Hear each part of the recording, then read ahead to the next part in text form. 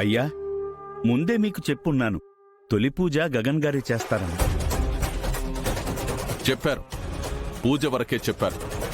ఎప్పట్లాగే మేం సమర్పించిన పట్టు వస్త్రాలే అమ్మవారి కాళ్ల ముందు పెట్టాలి. అంటే పూజ గగన్ గారు చేసిన తర్వాత?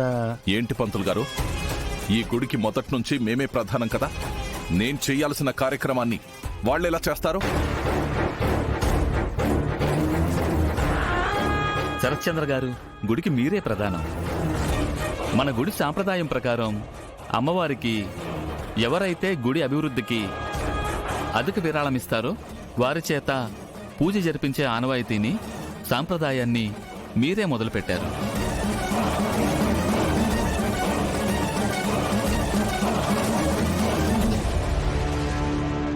నాకు గగన్ గారు ఫోన్ చేసి ఆయన ఇచ్చిన అధిక విరాళాన్ని తీసుకొని ఆయనే ముందు పూజ చేసేలా ఒప్పందం కుదుర్చుకున్నాం. సంప్రదాయాన్ని పెట్టిన వ్యక్తులకి మీరు విలువివ్వాలి, ఇలాంటి వ్యక్తులకు కాదు.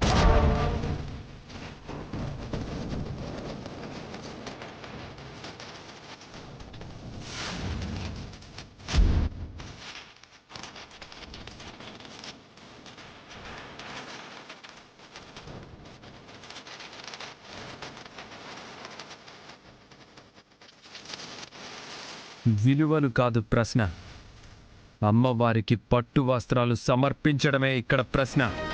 పూజకి విరాళంగా వాళ్ళు ఎంత ఇచ్చారో నాకు అనవసరం. మొదటగా అమ్మవారి కాళ్ల ముందు మేం సమర్పించిన పట్టు వస్త్రాలే పెట్టడానికి నేను 1,00,000 రూపాయలు ఇస్తాను.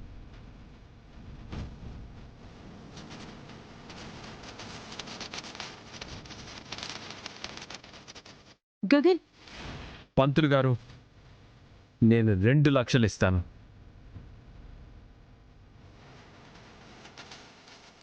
మొదటిగా నేను ఇచ్చిన వస్త్రాలనే పెట్టండి. ఇది మా అమ్మ కోసం నేను తీర్చుకుంటున్న మొక్కు.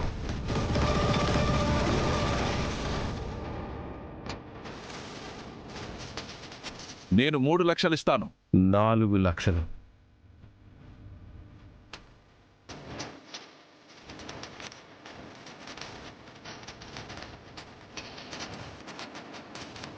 ఐదు లక్షలు. నాన్న, వేలం పాట అయిపోయింది కదా. అమ్మవారి ముందు బావ 1 కోటి రూపాయలు పాట పాడాడు. వేలం పాట ప్రకారం బావే అమ్మవారికి వస్త్ర సమర్పణ చేయాలి. మా నాన్న మాటిస్తే తప్పరు. అలాంటిది ఇప్పుడు మాట తప్పడం నాకే ఆశ్చర్యంగా ఉంది. నాన్న అనకో. నా కూతురు చచ్చి 20 రోజులైపోయింది.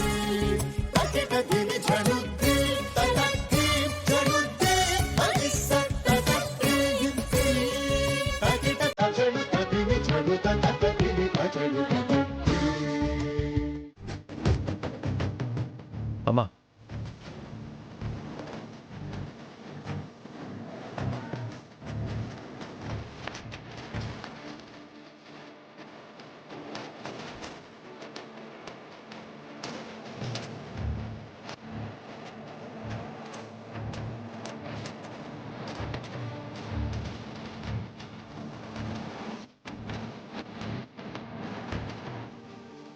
ఏంటి మమ్మీ, ఏదైనా సందర్భం వచ్చి డాడీ రెచ్చిపోతే నువ్వు మరింత రెచ్చగొట్టేదానివి. ఈరోజు డాడీని ఆపుతున్నావు, ఏంటి సంగతి? ఏం లేదు బేబీ, గొడవ ముదిరితే భూమిని ఆ గగన్ గడు తీసుకెళ్ళిపోతాడేమోనని భయంగా ఉంది. అలా తీసుకెళ్ళిపోతే మన రావణాసురుడి ప్లాను వర్కౌట్ అవ్వదు కదా, అందుకని.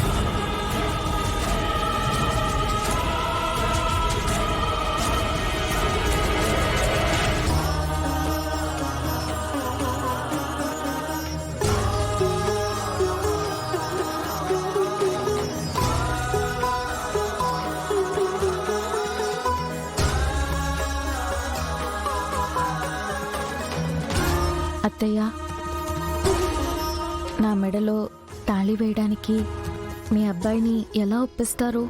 నేను ఒప్పిస్తాను కదమ్మా, నీకెందుకో, నువ్వు చూస్తూ ఉండు.